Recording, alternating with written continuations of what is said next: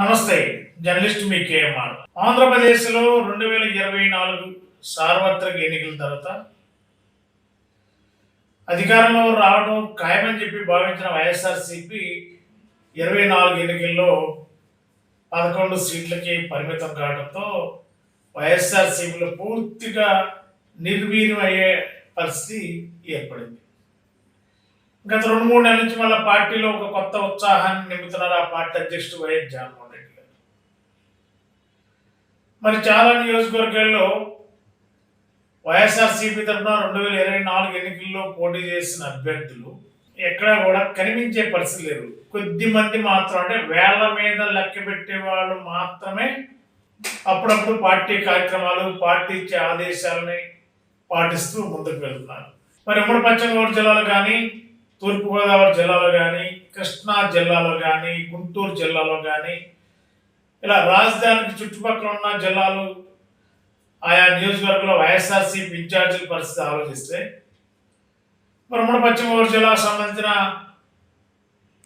కొవ్వూరు 2024లో గోపాలపురం నియోజకవర్గం నుంచి పోటీ చేసిన హోంశాఖ మంత్రిగా పనిచేశారు.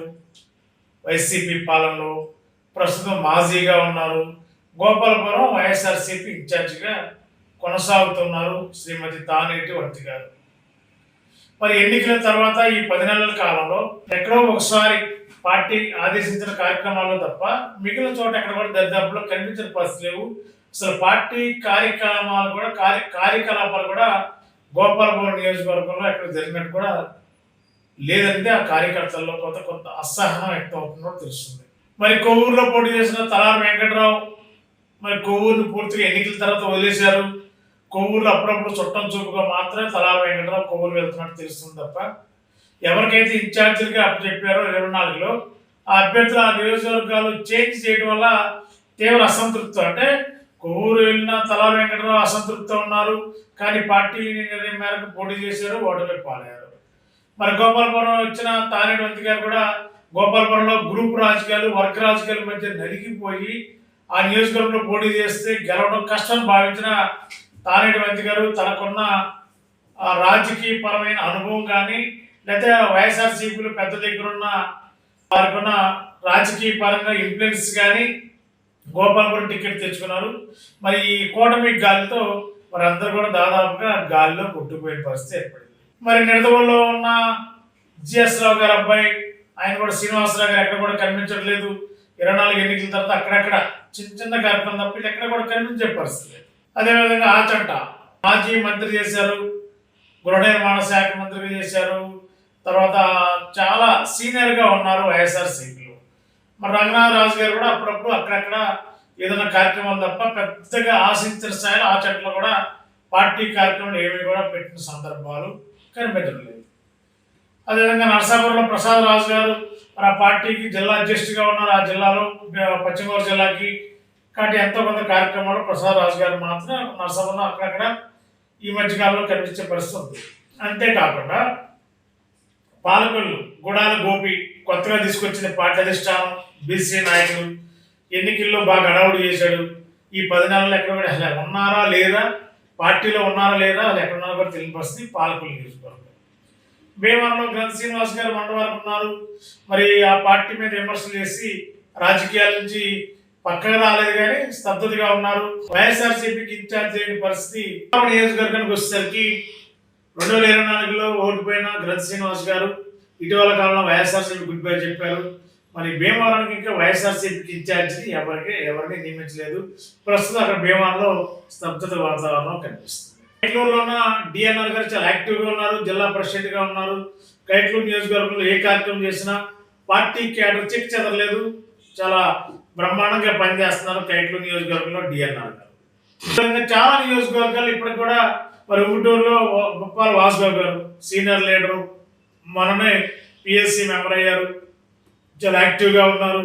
గుంటూరు నియోజకవర్గంలో పార్టీ చెక్ చెదరకుండా పార్టీ కార్యకర్తలు నిరంతరం అందుబాటులో ఉంటూ పనిచేస్తూ వెళ్తున్నారు. మరి మిగిలిన నియోజకవర్గాల్లో పరిస్థితి, తూర్పుగోదావరి జిల్లాలో పరిస్థితి, రాజమండ్రిలో పోటీ చేసిన మార్గాని భర్త గారు అప్పుడప్పుడు కార్యక్రమాల్లో, ప్రెస్ మీట్లో, మీడియాలో, లైవ్లో కనిపిస్తూ ఉన్నారు.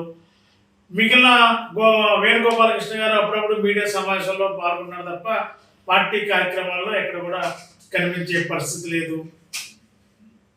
మరి కాకినాడ రూరల్లో పోటీ చేసిన కన్నబాబు గారు కాలం నుంచి చాలా యాక్టివ్ ఉండేవాళ్ళు. ఈ మధ్యకాలం ఎందుకో కాస్త స్తబ్దత వాతావరణం కనిపిస్తుంది.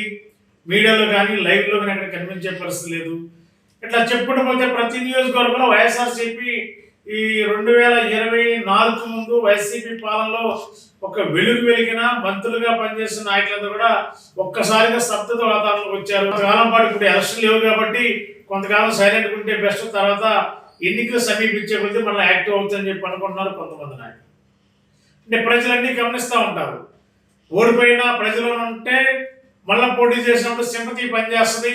ఖచ్చితంగా ఓడిపోయిన దగ్గర 5 సంవత్సరాలు మాత్రం ఉన్నారు కాబట్టి ఈసారి గెలిపించుకున్న ఒక సింపతి కూడా గెయిన్ అవుతుంది సహజంగా.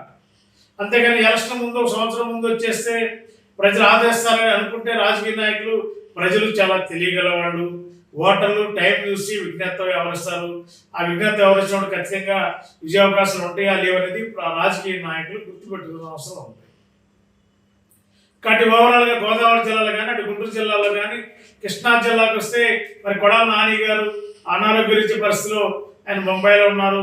మాజీ మంత్రి జోగి రమేష్ గారు రకరకాల కేసుల మధ్య ఉంటున్నారు తప్ప పార్టీ కార్యక్రమాలు పెద్ద యాక్టివ్గా ఉన్న దాఖలాలు అయితే ప్రస్తుతం కనిపించదు. రెగ్యులర్గా పార్టీ కార్యక్రమాలు కానీ యాక్టివ్గా ఉంటుంది ఏకైక నాయకుడు కృష్ణా జిల్లా బందర్ మాజీ ఎమ్మెల్యే మాజీ మంత్రి పేరు నాని గారు. ఆయన కూడా చాలా యాక్టివ్, పార్టీని మరింత స్ట్రెంథన్ చేసేలా ఆయన అందరూ పాత్ర పోషిస్తున్నారు. ఆ జిల్లాలో చెప్పుకోదగ్గ నాయకులు ఆయన ఉన్నారు. విజయవాడలో సెంట్రల్ నుంచి పోటీ చేసి ఎమ్మెల్యే గతంలో ఎమ్మెల్యే వైసీపీలో ఎమ్మెల్యే ఉన్న మల్లాది విష్ణు గారు చాలా యాక్టివ్గా ఉన్నారు. పార్టీ కార్యక్రమాలు కానీ పార్టీ సంబంధించిన ఆదేశాలు ఏముంటే అవి పాటిస్తూ యాక్టివ్గా ఉంటున్నారు. వెల్లంపల్లి శ్రీనివాస్ గారు పశ్చిమ నియోజకవర్గం అక్కడక్కడ కార్యక్రమాలు ఉన్నారు కానీ పెద్ద ఆశించేసారి యాక్టివ్గా ఉండే పరిస్థితి లేదు. ఏదేమైనా వైఎస్ఆర్సీపీ ఈ గోదావరి జిల్లాలు కానీ కోస్తాంధ్ర జిల్లాలో 2024 ఎన్నికల తర్వాత కొంత స్తబ్దత వాతావరణం ఉంది. మరి భవిష్యత్తులో వీళ్ళ యొక్క బాధ్యతలు ఏ విధంగా ఉంటాయి, పార్టీ కోసం పనిచేస్తారా లేదంటే వారి స్థానంలో కొత్త వ్యక్తులు ఇన్ఛార్జిగా పార్టీ అధిష్టానం నియమిస్తుందా, ఏం చేయబోతున్నది చూద్దాం. గత 20 సంవత్సరాలుగా దంత సమస్యలతో పాటు దవడ మరియు ముఖ సంబంధ సమస్యలకు చక్కని చికిత్సలు అందిస్తున్న శ్రీ రామకృష్ణ దంత వైద్యశాల నరసింహారావుపేట ఏలూరు. ఎమర్జెన్సీస్ లో వాడే ఆక్సిజన్ కాన్సంట్రేటర్లతో పాటు air purify, UV light steriliser, ULV fogger వంటి పరికరాల ద్వారా పరిశుభ్రమైన వాతావరణంలో చికిత్స అందించబడుచున్నది. ఆర్వీజీ ద్వారా అతి తక్కువ రేడియేషన్ ఉపయోగించి దంత వ్యాధి నిర్ధారణ మరియు రూట్ కెనాల్ వైద్యం చేయబడుచున్నది. డెంటల్ లేజర్ ద్వారా కుట్లు లేకుండా సర్జరీలు, ఇంప్లాంట్స్ కిట్స్ ద్వారా పళ్ళు లేని వారికి ఫిక్స్డ్ దంతాలు, రూట్ కెనాల్ చికిత్సలకు ఎండో మోటార్ వంటి ఆధునిక పరికరాలు కలిగిన నమ్మకమైన డెంటల్ క్లినిక్. అత్యంత ప్రామాణికమైన ఆటోక్లావింగ్ పద్ధతిలో శుభ్రపరిచిన ఇన్స్ట్రుమెంట్స్ వాడడం మా ప్రత్యేకత.